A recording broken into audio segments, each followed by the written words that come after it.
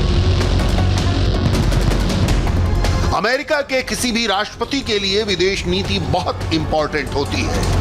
आखिर वो खुद को वर्ल्ड का दारोगा, इकलौती सुपर पावर, लोकतंत्र का रक्षक, मानव अधिकारों का सिपाही और आतंकवाद से लड़ने वाला रक्षक जो कहता है। 1989 में कोल्ड वॉर के खात्मे और सोवियत संघ के विघटन के बाद अमेरिका की फॉरेन पॉलिसी इन्हीं सिद्धांतों पर चलती आई है। इनसे जुड़े मसले ही अमेरिका की विदेश नीति की सबसे बड़ी चुनौती बनते रहे हैं। आज जो बाइडेन के सामने ईरान और चाइना, रूस और नॉर्थ कोरिया बहुत बड़ी चुनौती बनकर खड़े हैं। Well, the president has made clear. राष्ट्रपति बाइडेन ने साफ कहा है कि वो कूटनीति में विश्वास रखते हैं। हमारी कोशिश होगी कि हम ईरान के एटमी कार्यक्रम को सीमित रख सकें और इस मामले में सभी चिंताएं दूर करें। ईरान को परमाणु संधि की सभी शर्तें मानते हुए जरूरी कदम उठाना चाहिए, तभी हम उस समझौते में दोबारा शामिल होंगे। और जैसा कि मैंने पहले भी कहा था कि राष्ट्रपति जो बाइडेन अब अन्य देशों के प्रमुखों से बात करेंगे तो ईरान का मसला भी होगा जिस पर वो जरूर चर्चा करेंगे। And that we would certainly anticipate that this would be part of the discussion. खुद अमेरिका के नए राष्ट्रपति जो बाइडेन लगातार ये कहते रहे हैं वो अमेरिकी विदेश नीति को रेस्टोर करेंगे, यानी फिर से उसी रास्ते पर ले जाएंगे जिस रास्ते पर अमेरिका ट्रंप के आने से पहले चल रहा था। बाइडेन की नीति होगी दुनिया में अमेरिका के सहयोगियों की तादाद बढ़ाना और चीन, रूस, ईरान और उत्तर कोरिया जैसे देशों के खिलाफ मोर्चाबंदी मजबूत करना। We'll engage the world हम दुनिया से उसी जुबान में बात करेंगे जैसा बर्ताव सामने वाला करेगा। आज दुनिया में बढ़ते राष्ट्रवाद, घटते लोकतंत्र, चीन और रूस जैसे तानाशाहों की बढ़ती चुनौती से मुक्त और स्थिर अंतर्राष्ट्रीय व्यवस्था के लिए खतरा बढ़ रहा है। साइबर दुनिया में ये खतरा और बढ़ गया है क्योंकि आज तकनीकी क्रांति हमारी जिंदगी के हर पहलू पर असर डाल रही है। अमेरिका के लिए विदेश नीति बेहद अहम है, तो बाकी दुनिया की नजर भी अमेरिका की फॉरेन पॉलिसी पर होती है, क्योंकि अमेरिकन फॉरेन पॉलिसी का पूरी दुनिया के हालात बनाने बिगाड़ने पर गहरा असर होता है। अगर आप अमेरिका के पिछले 4 राष्ट्रपतियों के कार्यकाल को देखें तो पिक्चर बिल्कुल क्लियर हो जाती है। 2001 में राष्ट्रपति बनने वाले जॉर्ज डब्ल्यू बुश को लीजिए, जिनके शासनकाल में अमेरिका पर दुनिया का सबसे बड़ा आतंकवादी हमला हुआ था। जब बिल क्लिंटन के बाद जॉर्ज डब्ल्यू बुश राष्ट्रपति बने तो उनके सामने अलकायदा और इराक की चुनौती खड़ी थी। बुश ने इराक पर हमला किया, सद्दाम हुसैन को सत्ता से हटाकर फांसी दी, तो अफगानिस्तान में अलकायदा के खिलाफ वॉर ऑन टेरर शुरू किया। जॉर्ज बुश के वॉर ऑन टेरर से अमेरिका भले ही सुरक्षित हो गया हो, मगर पूरी दुनिया में आतंकवादी घटनाओं की बाढ़ आ गई। खुद इंडिया में कई टेरर अटैक हुए।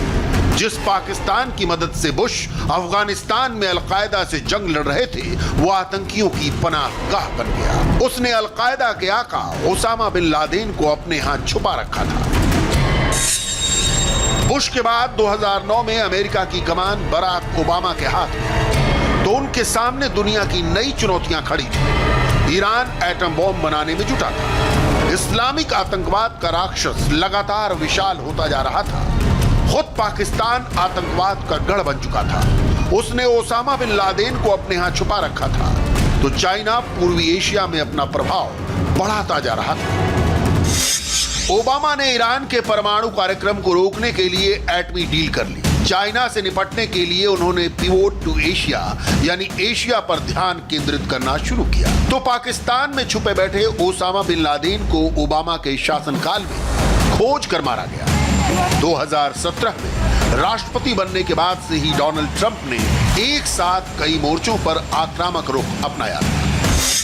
उन्होंने चीन के साथ व्यापार युद्ध छेड़ा, पाकिस्तान को मिलने वाली अमेरिकी मदद बंद कर दी, ईरान के साथ परमाणु समझौता तोड़ दिया, उत्तर कोरिया के साथ बातचीत शुरू कर दी, अफगानिस्तान युद्ध खत्म करने के लिए तालिबान के साथ वार्ता की शुरुआत की। ट्रंप ने पिछले 4 सालों के दौरान अमेरिका की विदेश नीति को उलट पुलट कर रख दिया। उन्होंने जापान और दक्षिण कोरिया से अपने सैनिक तैनात करने के एवज में ज्यादा पैसे मांगे, तो यूरोपियन देशों में अपने सैनिकों की संख्या कम कर।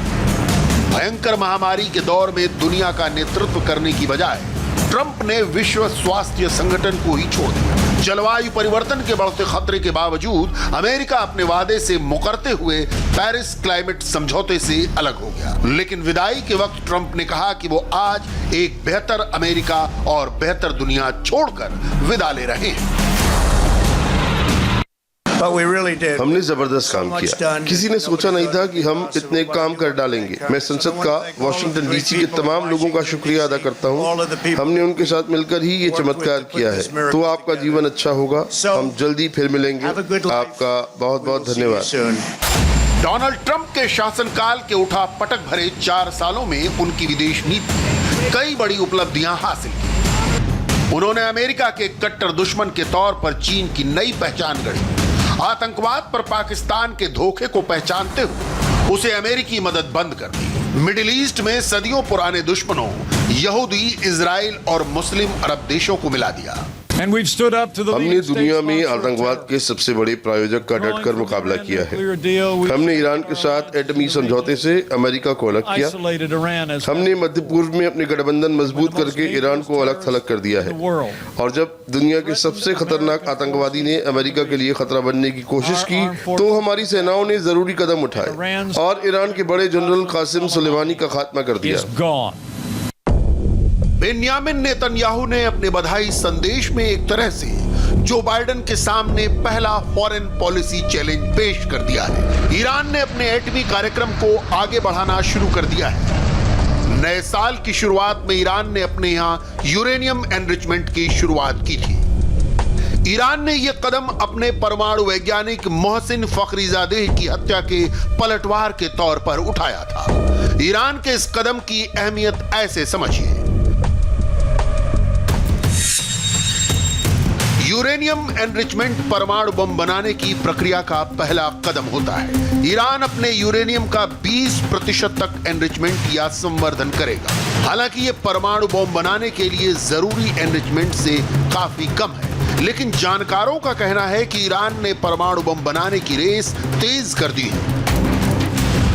ईरान का परमाणु हथियार बनाने की दिशा में आगे बढ़ना बाइडेन के लिए बहुत बड़ी चुनौती है। लेकिन अगर दुनिया को यह उम्मीद हो कि जो बाइडेन ट्रंप की नीति को पलटकर ईरान के साथ फिर से एटमी समझौता कर लेंगे, तो शायद ऐसा न हो। ट्रंप के ऐसे कई कदम हैं जिन्हें वापस लेना बाइडेन के लिए बहुत मुश्किल होगा। ईरान और चीन के मुद्दे पर बाइडेन को भी ट्रंप की आक्रामक नीति पर ही चलना होगा। हाँ, ट्रंप के मुकाबले अब बयानबाजी और ट्वीट जरूर कम हो जाएंगे। अमेरिका दोबारा वैसा नहीं होने वाला जैसा वो 4 साल पहले था। ऐसे में उम्मीद ये नहीं करनी चाहिए कि बाइडेन प्रशासन कोई चमत्कार करेगा और हमें 4 साल पहले की दुनिया में ले जाएगा। आज दुनिया बहुत बदल चुकी है, तो ऐसा नहीं होगा।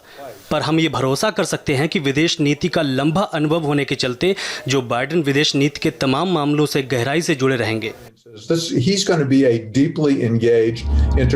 ईरान का पड़ोसी देश इराक भी अमेरिका के लिए चुनौती बना हुआ है। जो बाइडेन ने बुश के इराक पर हमला करने के फैसले का विरोध किया था। डोनाल्ड ट्रंप ने पिछले साल मार्च में इराक की धमकियों के बाद वहां से अमेरिकी सैनिक हटाने शुरू कर दिए थे। पर इराक के हालात अभी कितने नाजुक हैं, वो आप इन तस्वीरों से समझ सकते हैं।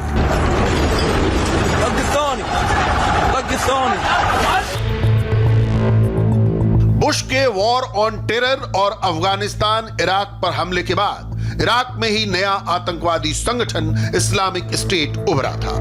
इराक की शिया बहुल सरकार और ईरान के बढ़ते दखल के खिलाफ सुन्नी कट्टरपंथियों ने अबू बकर अल बगदादी के नेतृत्व में यह आतंकवादी संगठन बनाया था। वक्त एक छोटी सी ब्रेक का है। ब्रेक के बाद बताएंगे पीएम मोदी वैक्सीन पर कल कौन सा बड़ा कार्यक्रम करने वाले हैं। साथ ही बताएंगे आज देश में कितने लोगों ने वैक्सीन लगवाई।